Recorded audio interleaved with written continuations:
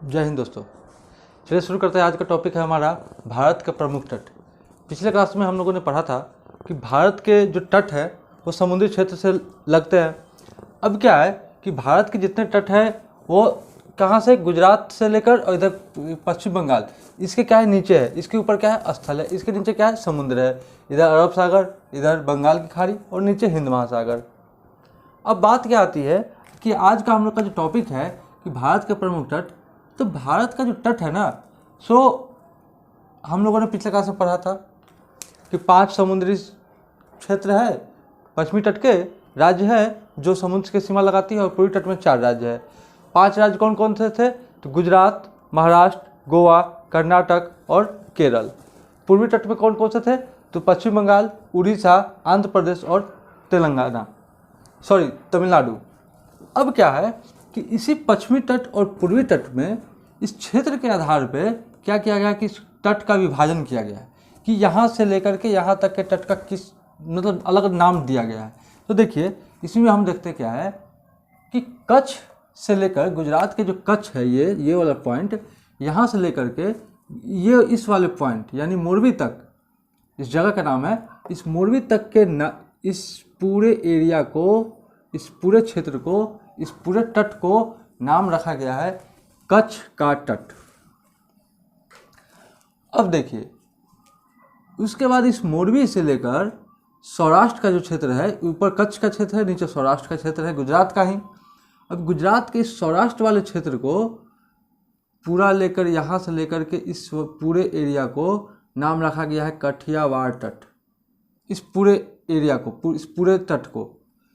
उसी प्रकार यहाँ इस जगह दमन से लेकर के महाराष्ट्र होते हुए गोवा तक के क्षेत्र को नाम रखा गया है कोंकण तट। अब यह क्या है कि देखिए दमन से लेकर के महाराष्ट्र का क्षेत्र और पूरा गोवा, इस पूरे एरिया को नाम रखा गया है किस नाम से? इस पूरे एरिया को कोंकण तट के नाम से जाना जाता है। गोवा से लेकर कर्नाटक के मंगलौर तक के एरिया को केनरा तट के नाम से जानते हैं, और कर्नाटक के ही मंगलौर से लेकर के केरल के कन्याकुमारी तक के क्षेत्र को कहते हैं मालाबार तट। इस तट का नाम हम लोग कहीं ना कहीं सुने जरूर होंगे, मालाबार तट।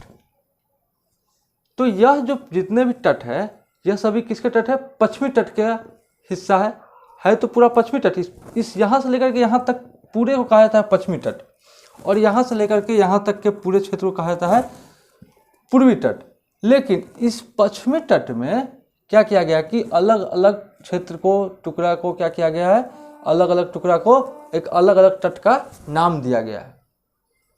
उसी तरह गुजरात का जो यहाँ से, तो इसके ऊपर तो समुद्र है नहीं, इसके ऊपर तो स्थल है। यहीं कच्छ से क्या है समुद्री एरिया है, और यहाँ गुजरात से लेकर पश्चिम बंगाल से लेकर के इधर समुद्री एरिया, इधर बंगाल की खाड़ी, इधर अरब सागर, नीचे हिंद महासागर। तो यहाँ से जो कच्छ जो क्षेत्र है, यहाँ से लेकर के गुजरात का ही एक मोरबी नामक जो क्षेत्र है, इस दोनों के बीच का जो क्षेत्र है इसका नाम रखा गया है कच्छ का तट। इसी मोरबी से लेकर के दमन तक के क्षेत्र का नाम रखा गया है कठियावाड़ तट, और दमन से लेकर के महाराष्ट्र होते हुए गोवा तक के क्षेत्र का नाम रखा गया है कोंकण तट। ये भी नाम हम लोग सुने होंगे। और गोवा से लेकर के कर्नाटक के मंगलौर तक के एरिया का नाम रखा गया है केनरा तट, और मंगलौर से लेकर के कन्याकुमारी तक का नाम रखा गया है मालाबार तट। अब एग्जाम में क्या पूछते हैं? एग्जाम में पूछ दिया कि जो कोंकण तट है किन का क्षेत्र कहाँ से कहाँ तक है, तो हम लोग बोलेंगे गोवा, दमन से लेकर के महाराष्ट्र होते हुए कहाँ तक? गोवा तक। ठीक उसी तरह पूछेगा मालाबार तट कहाँ से कहाँ तक है, तो हम लोग बोलेंगे मंगलौर से लेकर के कन्याकुमारी तक। तो इस तरह के प्रश्न क्या होते हैं एग्जाम में पूछे जाते हैं। अब देखिए एक तट जो ग्रीन वाला से लिखा है, उस तट, ये तट का नाम है। एक तट हुआ, दूसरा काठियावाड़, तीसरा कोंकण तट, चौथा केनरा तट और पांचवा मालाबार तट। तो पूछेगा पश्चिमी तट पर कितने तट है, तो वह है 5 तट। कौन कौन? कच्छ का तट, काठियावाड़, कोंकण, केनरा और मालाबार तट। अब पूछेगा कच्छ का तट कहाँ से कहाँ तक है, किसके किसके मध्य है, तो कच्छ से लेकर मोरबी के मध्य है, के बीच है। मोरबी से लेकर दमन के बीच कौन सा तट है, तो उस तट का नाम रखा गया है काठियावाड़ तट। दमन से लेकर गोवा के बीच कौन सा तट है, तो वह कोंकण तट के नाम से हम लोग जानते हैं। तो इस तरह क्या किया गया कि एक विशेष क्षेत्र के आधार पे इस तट का क्या किया गया, नामकरण रखा गया है। तो पश्चिमी तट पे कुल कितने हैं, 5 तट। और वैसे भी हम लोग पढ़े हैं पश्चिमी तट पे कितने राज्य से कितने राज्य की सीमा समुद्र से लगती है, 5 राज्य की, गुजरात, महाराष्ट्र, गोवा, कर्नाटक और केरल। अब आते हैं हम लोग पूर्वी तट की ओर। पूर्वी तट में क्या है कि पश्चिम बंगाल का जो क्षेत्र है, दक्षिण 24 परगना से लेकर उड़ीसा का बालेश्वर स्थान जो है, इस दोनों के बीच का जो क्षेत्र है इसको कहा जाता है बैगा तट। इसको कहा जाता है बैगा तट। उड़ीसा के महाबालेश्वर स्थान से लेकर उड़ीसा के महानदी डेल्टा नामक स्थान जो है, इस दोनों के बीच के जो क्षेत्र है इसको कहा जाता है उत्कल तट। इस तट का नाम रखा गया है।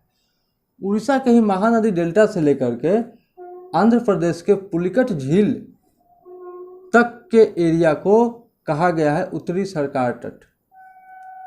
और पुलिकट झील से लेकर के तमिलनाडु के पूरे क्षेत्र होते हुए इस जो कन्याकुमारी तक के एरिया को कहा गया है कोरोमंडल तट। तो यह जो तट है इधर, यह सभी पूर्वी तट है। कौन कौन से, वैगा तट, उत्कल तट, उत्तरी सरकार तट और कोरोमंडल तट। अब पूछे कोरोमंडल तट कहाँ से कहाँ तक है, तो पुलिकट झील से लेकर कन्याकुमारी के बीच कौन सा है, कोरोमंडल तट। महानदी डेल्टा के बीच महानदी डेल्टा और पुलिकट झील के बीच कौन सा तट है, उत्तरी सरकार तट। तो ये सभी तट क्या है, हम लोगों को याद रखने पड़ेंगे। और हम लोग ऐसे भी पढ़े हैं कि आज एक और बात क्या है, तट हमेशा कहाँ पे होगी, जो समुद्री इलाका होगा। समुद्री क्षेत्र कौन सा है, सिर्फ 9 राज्य और 2 केंद्रशासित प्रदेश, 2 राज्य और 4 केंद्रशासित प्रदेश है, जिसमें इधर अंडमान निकोबार का क्षेत्र, इधर लक्षद्वीप का क्षेत्र, इधर पुडुचेरी और इधर दमन दीव और दादर नगर हवेली। तो वो बात नहीं हम लोग का जो स्थान है, जो राज्य है मुख्य, उस राज्य का जो नामकरण रखा गया है तट, वह किस आधार पर रखा गया है, तो वह क्या किया है कि एक विशेष क्षेत्र के आधार पर क्या किया गया, नाम रख दिया गया है। कच्छ से लेकर मोरबी तक के बीच का तट का नाम कच्छ का तट। दक्षिण 24 परगना से लेकर बालेश्वर तक के स्थान का नाम वैगा तट। बालेश्वर से लेकर महानदी डेल्टा के बीच उत्कल तट। महानदी डेल्टा से लेकर पुलिकट आंध्र प्रदेश को पुलिकट झील के बीच उत्तरी सरकार तट। तो यह सभी तट का नाम दे दिया गया। अब इसी तट में से एग्जाम में क्या पूछ देगा कि यह बताइए कौन सा ऐसा तट है जो पूर्वी तट में है। अब इसमें से क्या कहेगा, 3 ऑप्शन इधर से, 1 ऑप्शन इधर से दे देगा। आपको पता होगा तभी लगाइएगा। अब 4 ऑप्शन बैगा तट, उत्कल तट, उत्तरी सरकार और कोरोमंडल, इसमें से 1 दे देगा, इसमें से 3 दे देगा। अब पूछेगा कौन इसमें से पूर्वी तट है, तो हम लोग को पता होगा तभी तो हम लोग लगाएंगे ना, कौन सा पूर्वी तट का हिस्सा है। इतना याद है कि पिछले क्लास में हम लोगों ने पढ़ा था कि पश्चिमी तट पे 5 राज्य जिसकी सीमा समुद्र से लगती है। इधर भी कितने तट है, 5 तट। इधर कितने तट है, 4 तट है जो जिसकी सीमा समुद्र से लगती है, जो कि वही 4 राज्य है, पश्चिम बंगाल, उड़ीसा, आंध्र प्रदेश और तेलंगाना। और वही 4 तट इधर भी है, वैगा तट, उत्कल, उत्तरी सरकार और कोरोमंडल। अब देखिए यहाँ हमने लिखा गुजरात, यहाँ हमने लिखा गुजरात, महाराष्ट्र, गोवा, कर्नाटक, केरल, तमिलनाडु, आंध्र प्रदेश, उड़ीसा, पश्चिम बंगाल। अब क्या है कि यही 5 इधर और 4 इधर, 5 4 कितने हुए, 9। यही 9 क्षेत्र का ही तो हिस्सा समुद्र से लगता है ना, बाकी सब तो समुद्र से लगता ही नहीं है ना। मध्य प्रदेश का हिस्सा ये समुद्री तट से लगता है, तेलंगाना का हिस्सा लगता है, नहीं लगता है। उड़ीसा के ऊपर झारखंड इसका हिस्सा लगता है, नहीं लगता है। बंगाल के इधर का हिस्सा लगता है, नहीं लगता है। तो यही क्षेत्र का नाम हम लोग विशेष रूप से ध्यान रखेंगे, जो हमेशा एग्जाम में पूछे जाते हैं। किसका तट कौन, इस क्या बोलते हैं, इस क्षेत्र के बीच, मतलब किसी भी क्षेत्र का नाम दे देगा। जरूरी नहीं किसी दमन से गोवा के बीच पूछेगा महानदी और पुलिकट झील के बीच जो तट है उस तट का क्या नाम है, तो हम लोग को नाम याद रखेगा उत्तरी सरकार तट। तो इस तरह से प्रश्न एग्जाम में पूछे जाते हैं। यह हम लोग के परीक्षा के दृष्टिकोण से काफ़ी महत्वपूर्ण टॉपिक है, जिसको हम लोगों ने आज देखा। और इसके ऊपर अगर हम लोग बात करें, प्रमुख तट इसी के ऊपर भी होगा, तो इसके ऊपर तो हो नहीं सकता, क्योंकि इसके ऊपर क्या है, स्थलीय क्षेत्र है। इसी के नीचे क्या है, सभी जलीय क्षेत्र है, जिसकी सीमा समुद्र से लगती है। इधर बंगाली खाड़ी, अरब सागर, हिंद महासागर, इसके ऊपर तो पूरा स्थल क्षेत्र है, तो ऐसा तो होगा नहीं। ठीक है, तो चलिए आज के लिए इतना ही, धन्यवाद।